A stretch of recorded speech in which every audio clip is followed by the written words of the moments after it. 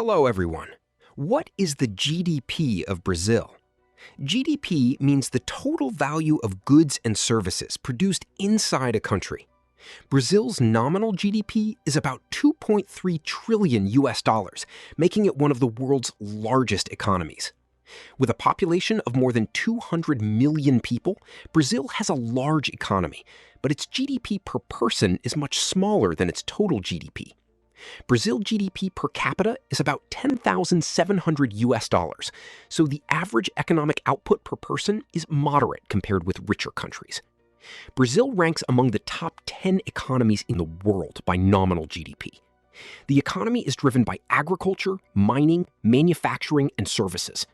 Brazil is a major exporter of soybeans, coffee, iron ore, oil, and meat. GDP growth in Brazil can change with commodity prices, global demand, interest rates, and weather conditions. Brazil's purchasing power GDP is much higher than its nominal figure because local prices are lower than in many wealthy countries. If you found this video useful, please subscribe and like the video. Thank you for watching.